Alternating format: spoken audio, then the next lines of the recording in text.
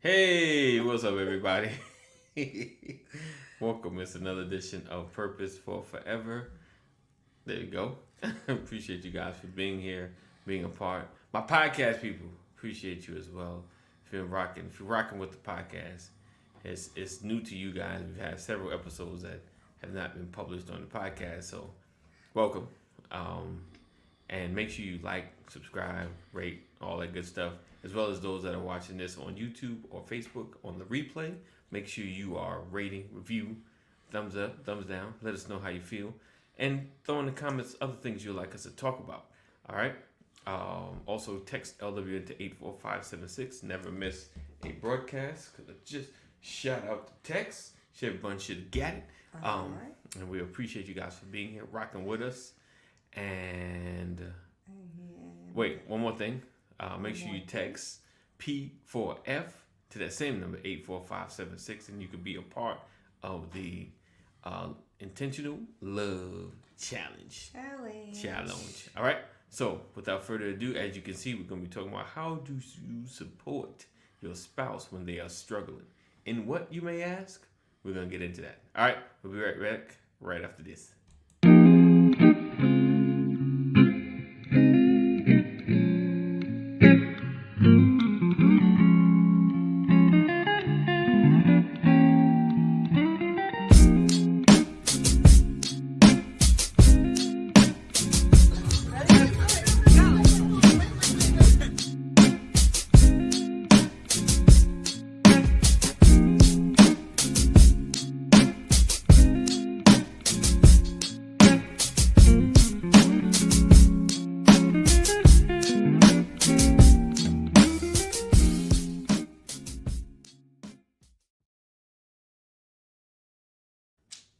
And we're back. Indeed. Welcome to another edition of Purpose for Forever. We come on every single Monday at 8 p.m. Eastern Standard Time. And again, if you've missed any broadcasts, make sure you check out the podcast. Just put in Purpose for Forever, and you'll get to see our face. I guess. So today we're talking, how do you support your spouse when they are struggling? So, since he's just talking, May has been Mental Awareness Month. And so before the month closes out, we definitely wanted to add a little something to it. Although we are married and we are spouses, we are also individuals. And sometimes in our individual lives, we struggle with different things. Sometimes we struggle with what our definition of being a spouse is, Right. or whether or not we're meeting that expectation. But we could struggle with several different things in our lives, and oftentimes, especially being a spouse, you have this other person that is connected to you. Right. And they're either watching you struggle or concerned that you're struggling and may not necessarily know how to jump in, when to jump in, or what they should be doing, and sometimes what they even shouldn't be doing. Right. So we wanted to just go over a couple of things. Things, of course, that work for us. We said all the time, we just talk about things that work for us. So we just want to talk about a few things that have worked for us, some things that have not worked for us, and some things that maybe we've yet to put into practice. So that's kind of where the topic came from, that I kind of wanted to discuss. Like when you're a wife and you see that your husband is struggling, when you know that he's struggling with something, whether it could be finances, it could be something personal. And when I say personal, something like that, as a wife, you could maybe understand or see his pain, but as a woman, you may not totally be able to relate to. That's kind of what I mean about something personal.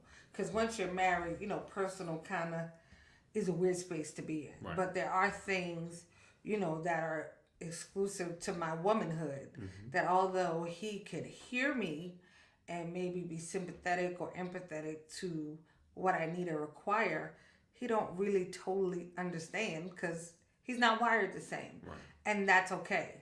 But we wanted to talk about those things all the same. Right. So I'll start while he's sharing. So for me, when I know that something's bothering him, and how do I know something's bothering him? More times than not is because he's wearing it. What do I mean? I can tell in his body posture, like in his posture. I can tell, in the way he sits, the way he breathes. We've been together for so long and been friends for so long. Like, I just know when something's off. Right. I can't put my hand on it and identify exactly what it is, but I know something's off. So typically, first, I try to watch and see if it's just a bad moment. Right. Or when a bad moment is like, oh, okay, it's he'll be all right in like an hour. Right. Or if it's a bad day, that you kind of watch and see, okay, well, maybe he just needs some sleep and tomorrow it'll be okay. Or if it becomes like a pattern where it's been a couple of days, that's generally when I get concerned and I'm like, okay, what's wrong? Right. I always try to ask first, try not to assume. I try to give him space to tell me. Hey. Typically, what's wrong with my husband is like one of those things that you got to repeat a couple of times before you get an answer. But I try to ask first. I always ask, give him an opportunity to tell me if it's one of those things where he's like, okay, just I need a minute. Give me some time. I try to be patient. I will say try because patience is not one of my strong suits. But I try to give him space to kind of mentally work out what it is. Because sometimes even something's wrong, right, but you don't really know how to express that to somebody else to where it makes sense. Right. It feels wrong or it feels out of whack for you, right, but how do I express it? Him expressing it to me is different. If he's just like, I'm worn out. Right. My first thing is, okay, well, tomorrow, this is what we're going to do. Right. You're going to get some rest. I'm going to take care of things. You're not going to worry about anything, sleeping late, whatever we need to do. What things do you have to do? What can I cover, for the day so you can get some rest? Because if he's tired and irritable, it affects the whole house. It affects our relationship. Right. He's snapping because he hasn't had any sleep. It does nobody any good. So that's one of my biggest things. I try to see where I can lighten the load. What can I do to make it better? And I always ask, like I've learned in the past, doing what I think helps, right, doesn't always help. Right. So I find that's a big thing. Asking, what can I do to make it better? Right. And I know you're like, well, that's a no-brainer. But again, you're leaving the space for your spouse to tell you exactly what they need. Yeah. Sometimes we feel like we know what they need. Right. Like, I've known him since he was 15, 14 years old. Right. I think I know everything about him. But as you age and grow together, your needs and your desires, they change. Definitely. What worked 10 years ago, may not work. Right. Sean says, sometimes being a soundboard for bouncing ideas or being a listening ear to vent to help release frustration. Definitely. Absolutely. There's always, I try to always make room for that, right, for him to bounce things. Sometimes I fail at that. I'm going to be honest. The same way I throw him under the bus, yeah, I'm going to be honest with myself. Sometimes it takes a little longer for him to express it. And again, patience, I'm working on it. The Lord is not through with me yet. Don't judge me. So I that is something that I have to get better with, letting him roll it out, right, in his own time, which again, is very necessary, right, because like I said, over time things change. Like, in past years, I can make him a steak and some potatoes and some vegetables. That's like his favorite meal. And that worked for a lot of years. He'd be in a bad mood. I'd whip up a nice steak and whatever.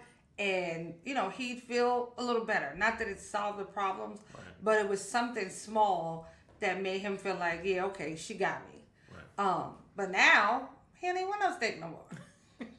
And like that was mind blowing, but it just reminded me how we change and we evolve over Right. time, and what I thought he needed Right. yesterday is not what he needs today. So Right. it's important to ask, what do you need? How can I make this better? Is there a way that I can make it better? Because sometimes there is nothing you can do. Right. See, I stopped. It's fine. I was letting him do it. I know. So yeah, definitely, the listening factor, the asking factor. For me, it's just being present, and listening to Sam. And sometimes, with Sam, especially if it's it may be like an us thing or even us related thing.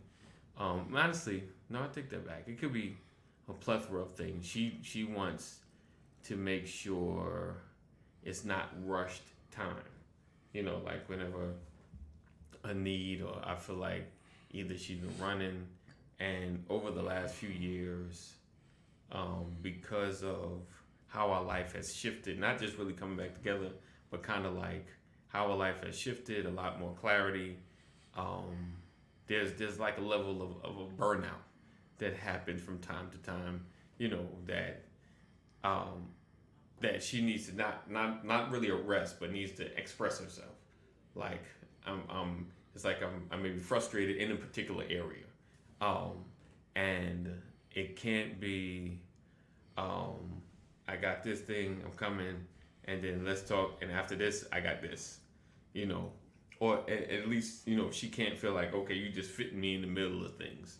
Like I need time that can be like unlimited, in essence, that you're pausing your whole life right now, and given the time, not that, okay, you got an hour, let's go, because and as crazy as it sounds, it's probably like even just a mental thing, like, babe, I got a good 5 hours, like, it's like, no, I need a limited time, like I need to feel like everything is about me right now, and it is, it is, and so I have to put everything on hold. Everything's on hold until she can at least express how she feels, get all of it out, and then because it's with everything, I'll say from when she's in a little slump, there's either a small component that I might have missed, that she needed in the supporting of her not feeling overwhelmed or not feel like she's drowning or something like that. Not like it's a my fault thing, but just, babe, I just, remember that Saturday, and I was trying to do a lot of stuff for you, like I thought, it's always like, I thought that you want, no, it's something I might have missed. I was like, you're right. My other side was saying, don't do that. Like it's just little stuff like that. And we have those conversations. And honestly, it took us kind of really being in this new space, having a lot of conversations to get to the point where I can like, okay, boom, you really need some time. Let's go. Let's talk. So, like for me, it's more or less, I need to process. I need a moment, need to watch some dumb TV and just, get out of my emotions, whatever it is, The dumb is just... and I say dumb, like I just, whatever's silly on, sometimes I just need to watch something silly. And just get out of my head, and then we talk. I just, and especially if I'm riled up, then, it's like, and it may have nothing, because we've had those moments, like the children are doing something, or my son, and it's like, she asked me something, she gonna get the kid energy, and that's not gonna make the household any better. And it could be moments like that, but for her, it's more like she needs me close, like she needs me by, and we need to have the conversation. You know, like the only time it's different is if it's one of those things that she hits me with the, hey babe, you know we haven't done such and such together in a minute, and that's what I now call the warning shot. Like, that's your warning that it's gonna be bad next week if we don't do. And then and just for clarity, not talking about the all the way bedroom stuff. I'm talking about like just connection, just just I'm not present. I haven't been there because of the way the week is set up, and just running, and honestly, pretty much I control my schedule. You know, there are only small little parts that I have obligated to do certain things, but everything else I control. So, you know, that's when she steps in, like, you know, you kind of like all over the place, and you're not here, right here, you know. So then my response, if I don't respond, yeah, right. Here you go. He said the Hold on, I'll put it up. All right. Sean says these small things are necessary to help my spouse. Right, running errands, so those errands are not on mine's. Right, feeding the belly works. Right, find a good laughing moment. Right, so yeah, definitely. Like I said, I get the warning shot, and then the next week. So if I didn't heed the warning, you know, the next week she ain't ready to talk. Now I'm gonna have to wait. Don't do it Now like I gotta that. wait. You know. No. Yeah, sometimes I got like, hey babe, I'm fine. So he's right. Like, I do get a little short with my answers, and a lot of times that is because, like, even in my anger, I want to be able to communicate effectively and not from a place of anger. Right. So when I'm angry, right now I don't want to talk about it. Right. Let's just get through the day, because a lot of times it's, you know, you have life and you have things going on. Right. So for me, it's like, let's get through what we need to do, and then we'll talk about it at another time. Right. Like, sometimes, you know, no matter how you feel, you can't always stop and talk about it. And so sometimes he does get that not now energy. Right. That is definitely for sure. So so when it comes to work, when your spouse is overwhelmed at work, when it's work is the thing that's causing the struggle, that's causing the beat down. Right. You know, it could be the busy season at work. Right. It could be you know, Becky with the good hair, that's the receptionist.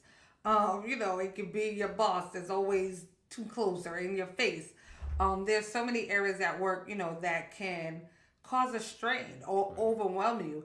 And then you go home with that same energy. For me, I'll say, like, when it comes to work, you know, even before when he worked, like a job out, whatever, my thing would always be, one is, this is not going to be forever.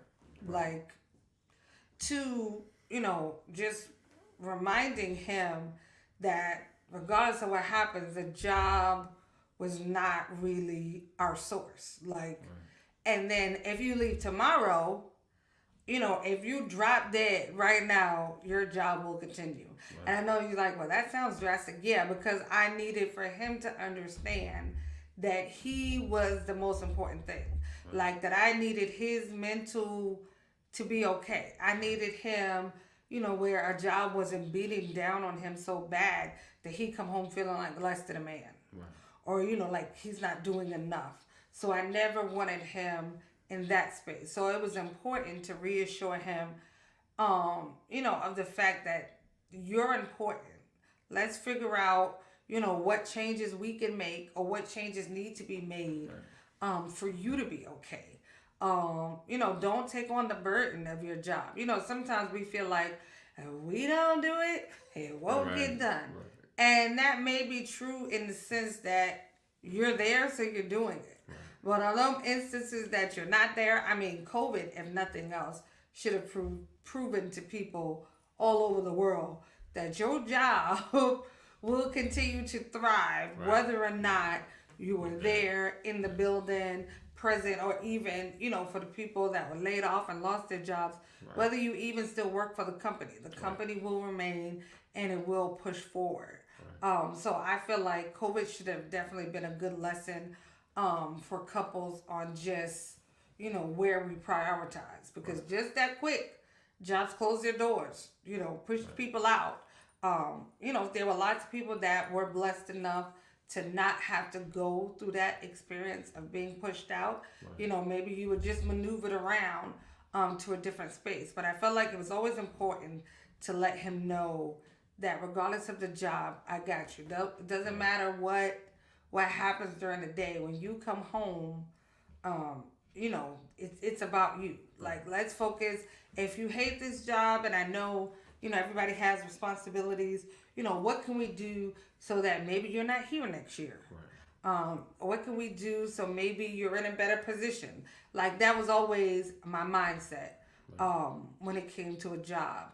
Like, reminding him, those people don't know you. Like, I know it seems like you spend the most of your time at work, but like, who you are, you show the best of who you are when you clock out. Most people do. Sean said, no, it's not always negative. No can save your sanity. Right. No can save you. Right. Learn to use it. Don't burn out. Absolutely. Right. Yeah. And that was, something for him. Like, he was never the no. He always, yeah, okay, I got it. Yeah, okay, I'll do it. And then, between coming home and getting here, he spent. So everything, that was his actual life felt like more weight because he was, all his priorities was focused toward the job. So I think, when you have that kind of person, it is important to support your spouse's work. Some of the very people on here, like, they have their job and then they have their passion. Some people, their job is their passion. So I think when you have those instances, it's important to be supportive where you can. It's important, to always remind them how great they are. Like, it's nothing wrong with telling your spouse he's great. It's nothing wrong with, reminding him, hey, you're the man. I married you because you're a great man. There's nothing wrong with that. It doesn't make me less of a woman because I tell my husband, you are great. You're a great provider. You're a great protector. I think those things are important because out in the world, all people want is you to produce. They don't care how you produce. They don't care how you feel. They don't care the strain of you producing, what that does to your body or your mind. So it's important, when the weight of a job is the thing that your spouse is struggling with, it's important for you to build them up. It's important for you to be that cheerleader. They're like, oh, my boss said I ain't do that right. Girl, he didn't look at that. He don't, you must remind him how great you are. Remind him, that you're fabulous. Like, oh, if he didn't like it, tell him he needs to look again. Turn it around, look at it again. His eye, was he wearing his glasses? And I know those things seem silly, but they make a world of difference. You don't know how much of a mental weight you might lift off of your spouse with just going the extra mile sometimes. Definitely. Definitely going that extra mile. Being aware of your spouse's needs, especially coming to work and, the stresses. And then, like, learning to just listen and not try to solve everything. Learning to hear what they're saying and understand what they're saying, respond accordingly. Because sometimes it's just a vent. They already know that they don't want to solve everything. What's that for that? I'm laughing at you because sometimes when I'm telling him something before I can get it out, he already got 14, and I was like, I just want you to listen. He's like, I got an answer. Okay, right? Like, you're so busy coming up with an answer. Yeah, like, are you really listening? I'm fixing this. I'm Bob the Builder.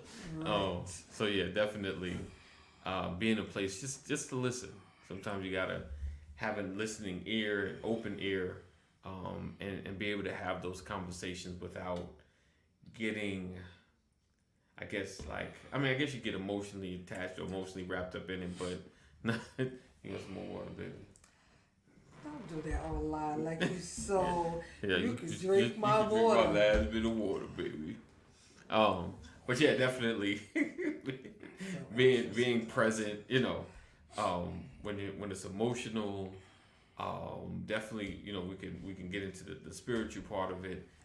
Being able to spiritually be there for your spouse, praying, and for me, just that's one thing I've lacked in my household for a long time. I mean, I've gotten better over the last couple of years, especially this year. Just getting into the prayer and studying more in the Word and things of that nature.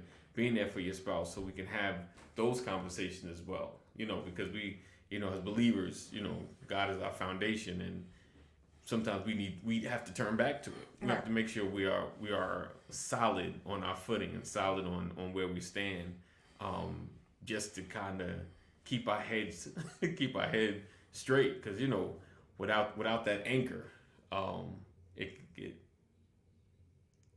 challenging. Okay, listen, start hearing stuff. We're in our house. Nosies. We might have to pause this broadcast. Right, pray for your spouse. Yes, indeed. Yes, indeed. So we doing more of that. Definitely helps. Even it's just an encouragement.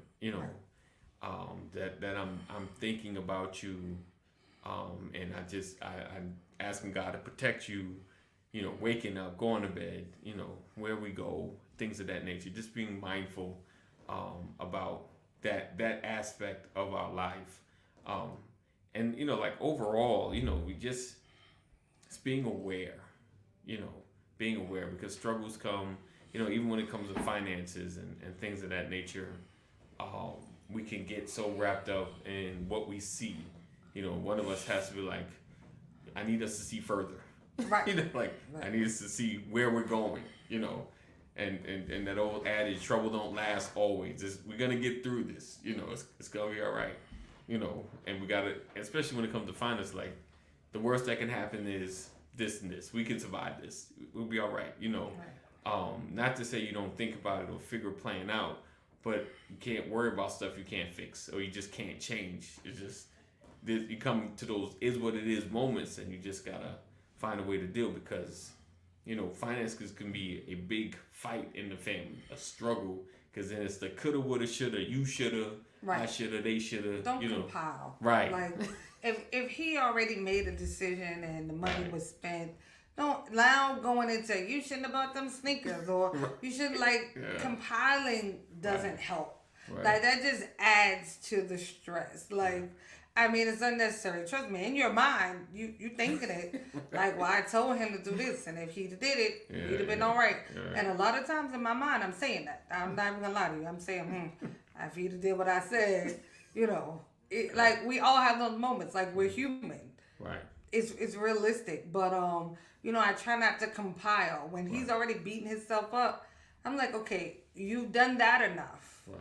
Like you've done a good enough job. No need to make it a jump. It's two against, you know what I'm saying? Two people beating you up. You got it covered. Right. Like, okay, so now that this has happened, like, how do we move forward? Right. I think it's important always to push the forward motion. Right. Like, we've seen so many stories the last few months of people, during COVID, after COVID, people taking their own lives. Husbands, fathers, mothers, children, like just the weight of the world seems like it's too much. Yes. And, God forbid, like as a spouse, you're sleeping in the bed with somebody every night, you're going your separate ways during the day, and they feel so overwhelmed with their life and they can't come to you that they think that's the only answer. Right. Like, nobody wants to be in that position. So he talked a little bit about the spiritual part. Right, Sean. He said, remind them they made it. Right, absolutely. Indeed. Like, we've made it this far. We've made it through so many things together, working together. So if we continue to work together, we'll continue to thrive. He talked about the spiritual part, so we can always come back to that because there's loads that goes into that. But I want to talk about the emotional part. The men and women are, emotionally we're different in a lot of ways, even though we may have similarities. Typically we deal with things differently and we process things differently. Especially, I know, like for me, I'll say like it's almost kind of like every 10 years, I feel my emotions doing something. Like even now, maybe I don't know, it's menopause. I'm old. I don't know what to tell you, but like sometimes I'm emotional. Like I was at work the other day and it wasn't nothing major that was happening. I don't know. I guess I just start thinking about too much and all that I had to do in the upcoming days and the fact that he was going to be there somewhere else, I was going to be over here, and it seemed like we hadn't spent any time together, whatever, and I got really overwhelmed, and so I called him and I'm like, okay, I just need to talk because I feel overwhelmed. I feel like I'm gonna cry, and I know for most people like, oh, cry, get over it. Crying's a big deal for me. Whatever, feel however you want to feel about it. For me, it's a big deal. I'm not a crier, so when I cry, it's a big deal for me, and I don't like to cry. So, Get that, I do that quite a bit. Hey, Erica, thanks for joining us. She said, I definitely get that. I do that quite a bit. So I called him and I'm like, okay, this is how I'm feeling. And, I needed him just to hear how I'm feeling. I didn't need to leave work, whatever. And in that moment, he could have been like, babe, I'm busy. I got stuff to do. But he stopped what he was doing to be able to hear me and just listen to me. And, remind me, look, you got this. We got this. I make sure you're right. I'm going to pick up the slack here, and there. And I got you covered. And not that I didn't feel like he wasn't there, but it's always good to be reminded. Like, I got your back. You do A, B, I got C, D. It's important to remind our spouses that we're there, emotionally. For like a woman, I know people feel different about men crying or whatever the deal is. For a long time I did. I used to be like, what? Yeah, no. Now at my age, I feel very differently. But it's important, like, if he needs to cry in a moment, for whatever that moment is, I need to put my personal stuff to the side and be able to hear him, be able to let him be vulnerable in front of me, because if he's not vulnerable with me, then who is he vulnerable with? The same thing with your wife. If she can't cry to you, even though she may be a crybaby, maybe she cry a lot. But if she don't cry to you, who does she cry to? People always talk about work husbands. Is that what you like? Your wife to get a work husband? I think about those things. Do I really want him to have a work wife?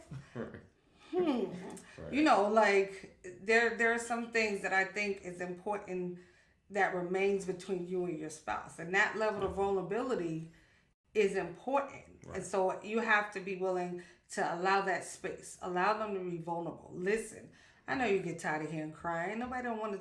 You know how hard it is to talk to somebody that crying. Hey, Lisa. You got to go through all of that. And it can be frustrating. Hey, Lisa, thanks for joining us. Yeah. But it's important as a spouse to, have those moments. If she got to cry, you got to let her cry. It's important emotionally to be that support, to be that anchor.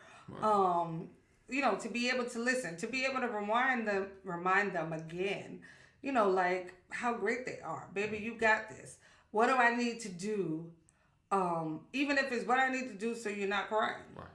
What slack do I need to pick up so you don't feel overwhelmed?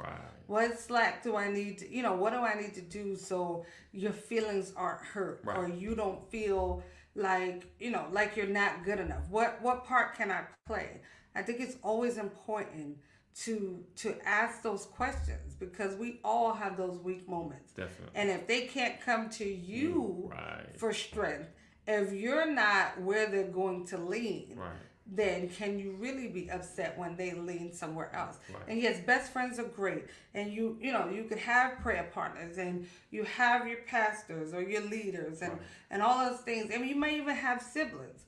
But I feel like there's a level of vulnerability and intimacy that should just be between a husband and a wife.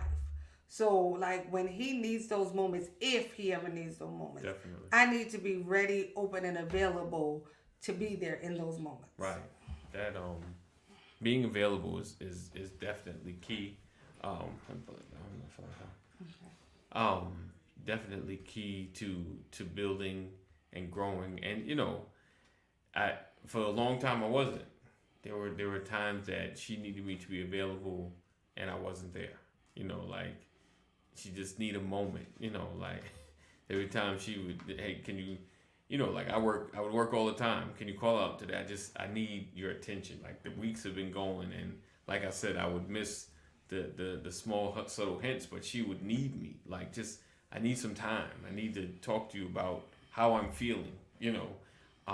And for a long time I never really recognized it. And for all the men that are listening, sometimes the priority of work or home, you know, we struggle because we've gotten to that space where we gotta provide. I gotta be the provider. I gotta be the provider. But we are missing out on the emotional support that we should be giving our families, and a lot of that I missed out on, especially with her. Like my kids, they were young. It's easy. They're good. You some hugs, some kisses, see my face. It's easy. Long as I say what I'm gonna do, I'm good. Good money with them. But wife requires more. Some attention, some conversation. Big girl. But yeah, definitely being transparent and communicative with your spouse is key. Like I said, communication is key, but being present is key. Being emotionally available is key, and not like fitting them into your schedule. Making real time. Um, you know, we're to the point like Mondays are our time. We try to make Mondays as much about us as possible. And take care of each other. Right. So this is our time together. Because I'm keeping real. I've been missing these. Like I was, we've been together. Pandemic, we was together a lot. And so we're back to like a regular kind of schedule. So we're like Mondays is our time together. So I don't do anything else. We just spend our time together. I try to accomplish anything on Sunday or Tuesday. It's hard, but Mondays is us. So just so we can talk and just kind of make sure we're checking in with each other and make sure we're good. And you have to have that. You have to have that. You have to have that constant check-in with each other to make sure we're good. Because you'll go throughout the days and the weeks and the months, and somebody may be off. Like I said, she at least gives me the warning. Like we haven't had a good check-in. And for me, Fire warning shots. unfortunately, like at night, sometimes it's rough. It is. So, but listen, sometimes I get up, but it's just it's more. So I just have to make time. That quality time that we can really spend together. Basically, in a nutshell, just spending that real quality time so that we can make sure we're good and we can push forward. Because we know as parents, our volatility affects our children. Right. Because children are gonna be children. Let's keep it real. As much as we want them to not or stop doing something, it's like, I'm just doing my job, right? This room is not gonna be clean because I gotta do my job and not totally clean it, so you can come in there and fuss at me again. It's like it's just certain things that we already know is gonna take place. So if we're off, then the whole house is gonna be off. Absolutely. So yeah, definitely having those conversations. Make sure we checking in. And if you, like you said, if you see it, then it's all in your spouse's face, and you just gotta find ways to dig in. Some of us guys are really hard. We don't want to express ourselves enough, and we have to do better. We have to do better because you can't blame your spouse when you blow up when she's been asking you for weeks. What's wrong? What's bothering you? What's the problem? Something is affecting you. You're not the same because you're not operating the same. Right. You're not responding the same. You're not laughing at the jokes anymore. Like something is bothering you. So we have to be transparent. We have to be real. We have to just really get open with our spouse And I've said before, like I struggled for a long time with that, just opening up. And it just, like I said, it wasn't because of her, just me. I was never opening up. I just held so close to the vest that if anybody in the world that you need to be opening up to, it has to be your spouse. I say have to, because she's with you all the time. All the time. She the one that no matter what happens, she gonna be there. You get locked up, who gonna be there trying to bail you out? Like I'm just saying, like who's riding with you harder than your spouse. So that's just the message, guys. If you're listening, see it on replay. Just you gotta open up with your spouse. You gotta be transparent. You gotta be honest with them. It's and if you've been hiding, it's rough. Now you're exposing certain things, but you'll have a much better marriage if you get all the skeletons out of your closet. Real talk. All right. Let's see. Do you ever? Oh, come on. I'll let you put it up. Do you ever just come out with these issues without prompting? Seems like men take longer to share their thoughts. Cause sometimes good question. We sometimes you try to get over stuff. Like you just it don't bother me. I don't care. I'm being honest. You go through that, I don't care. It don't bother me. Then it just it is bothering me. I'm being honest, cause you have a conversation within yourself, like, why is this annoying me so much? Like, especially if it's small. Like, if it's something my wife does, I'm like, why is this annoying me so much? Why is this bothering me? And then, because a lot of times you weigh it, is it worth having this not even that long, well, in our minds, that's why we don't do it, long discussion, about it. And unfortunately, more guys have, and I found that some women have the whole conversation in their head about what's going on, and we don't say anything. And like we talked about earlier, in Brothers of Legacy, feeling like we hold an issue because we don't want to start an argument. But I gotta say this: you need to have the discussion. You need to just have it because it's bothering you. Okay. It's gonna affect you too. If it's on you, right, and your spouse is trying to hug you, and this thing is still like in between you guys, she feels it. It's like, when something crawling on you, you feel it, but you can't, you may not see it. She know it's there. Right. She just don't know what it is. You know what it is, but you're not saying anything because you're trying to get over it. I'm trying to get over it. I'm just trying to get over this thing, but I can't. And why? I know you're like, why don't I just say something? Because I'm trying to get over it. Because I think it's stupid. It's a stupid issue, and I'm trying to get over it. So I'm sitting on it, right? I know I'm sitting on it. After a day or two, you see it on my face. I'm good. I'm fine. I am stupendous. So, and I can't get over it. So, it's just expressing the little things. Let's see. Go ahead. Rollins says, you gonna do the conversation. Nah, you got it. You should have more conversation with your spouse than the conversation in your head. Thank you, Sean. Coming from a man. I appreciate that, Sean Rollins.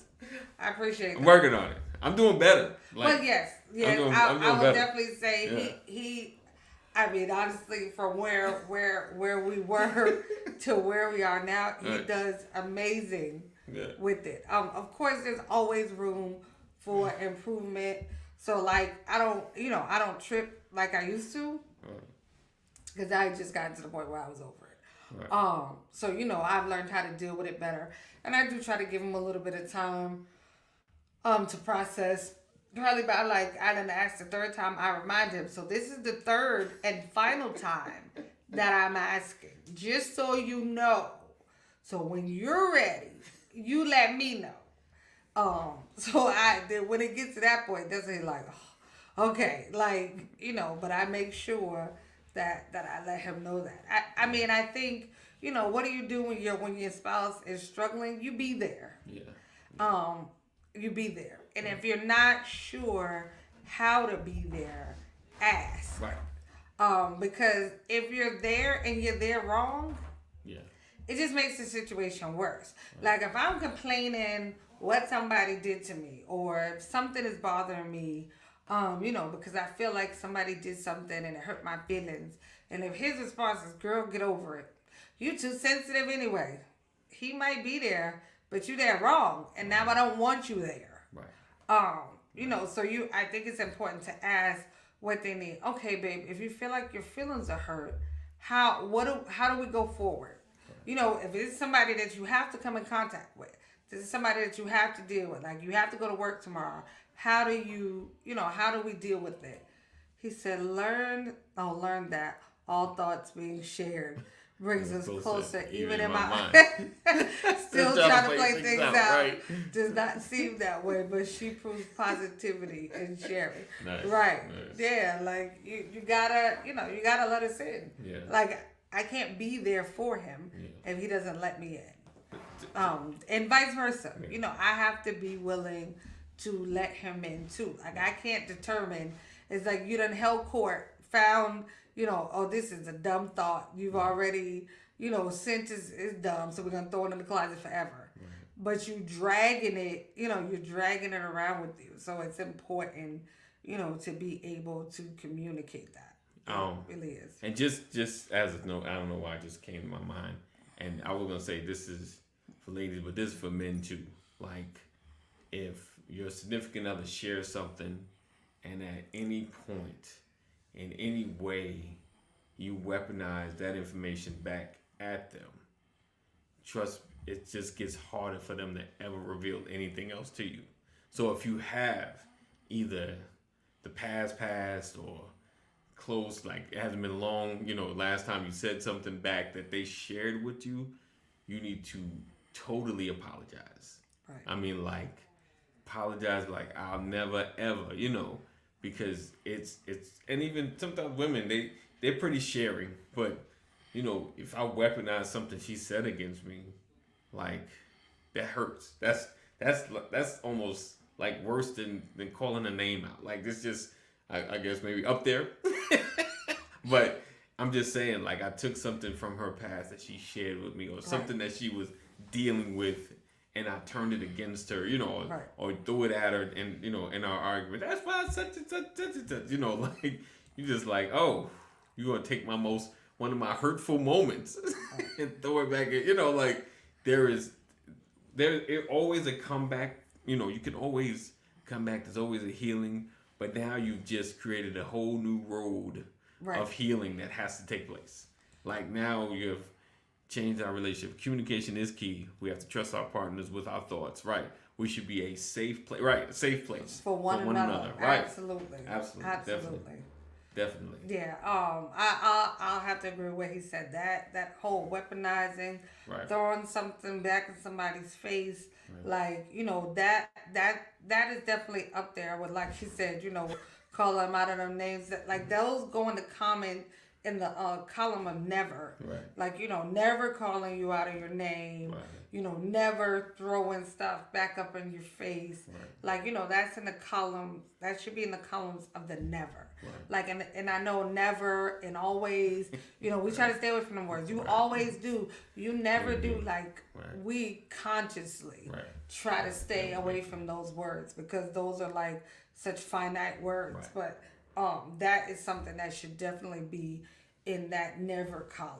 Like never throw it back up in their face. And I would say another way sometimes to be there for your spouse is when maybe the load is too much for you to bear. Right. Maybe all the emotions that they feel or whatever, you don't know how to help them process it. Mm-hmm. You don't know how to make the wound better.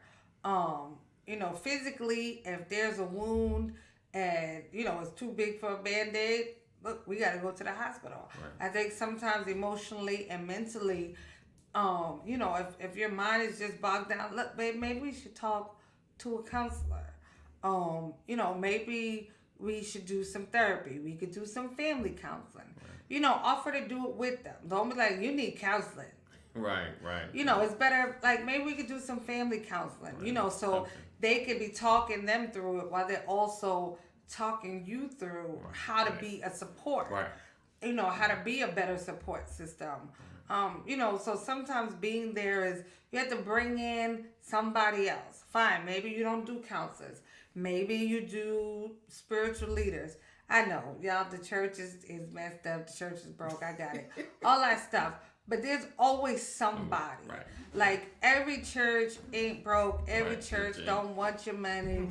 Every church, the pastor not doing crazy stuff. Right. There are some places where you can find some genuine spiritual guidance and love. Right. And I think, if we're talking about the success of your family and your marriage and your relationship, sometimes it's important enough to seek somebody out.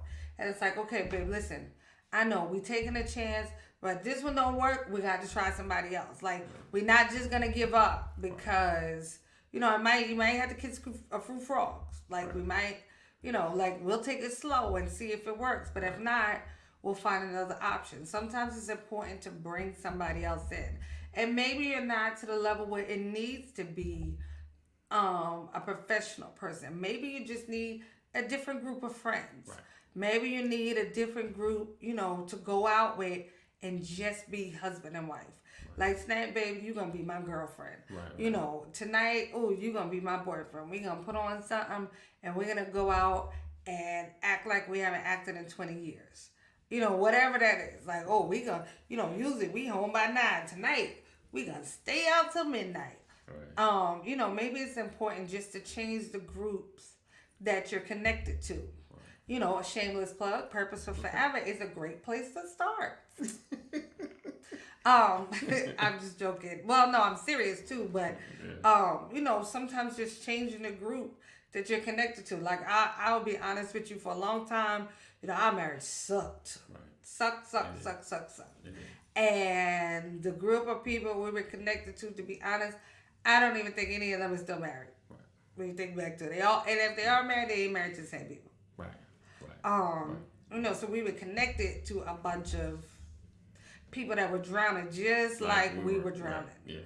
Yeah. And honestly, when we figured out how to get on the boat and out the water, and try to sail through this thing together, we collected a different group. Right. We decided we needed a different group of people. Right. We needed to be connected to a different group. Yeah.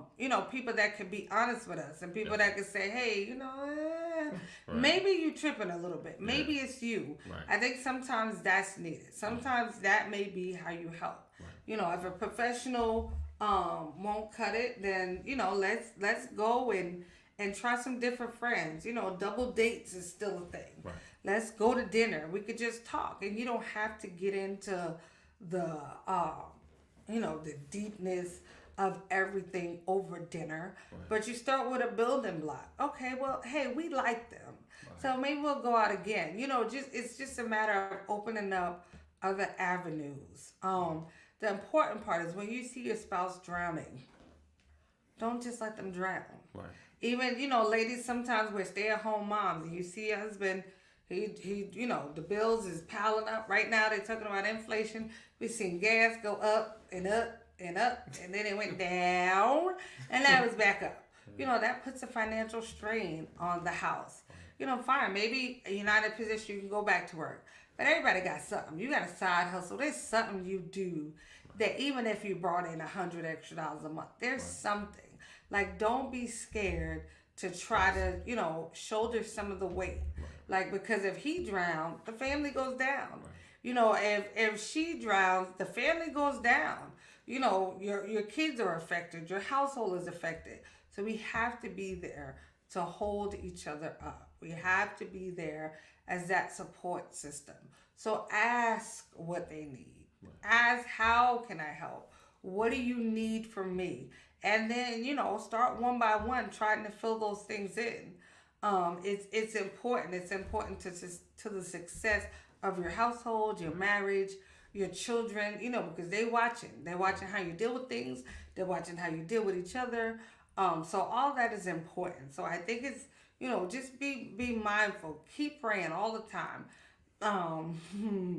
Mother-in-laws in New York used to always say, keep the prayer wheel turning. Right. That's what she used to say all the time. Just keep the prayer wheel turning. Right. And, it's just, and that's the thing, what the Bible says, men ought to always pray. Right. You should always be praying. And nobody said you got to get on your knees and you don't got to do the ugly cry all the time and, go to snotting and all that. That's not necessary. You can be praying while you're cooking. Lord, while I'm making this meal for my family, build us up, Lord. Grow us closer. Keep your arms of protection around us. It's the little stuff that means the most. So let's try to keep the little stuff. Let's help each other be healthy, physically, mentally, emotionally, spiritually. If you're not going to do it for your spouse, then who is? Right. Indeed. That's good. Awesome. We appreciate you guys for being here, rocking with us another edition of Purpose for Forever. Where we come on every Monday. At... Hey. All right. So as always, we appreciate you guys. Listen, make sure you share, tag somebody, tag another couple to be a part and be a part of this conversation. Share this broadcast to everybody that you know. If you're on the YouTube, make sure you give the thumbs up, thumbs down. No, keep thumbs up. Put your thumb in your pocket. And hit that subscribe button. Positivity only. So we look forward to seeing you guys next week. As always, love intentionally. Love unconditionally. And love on purpose.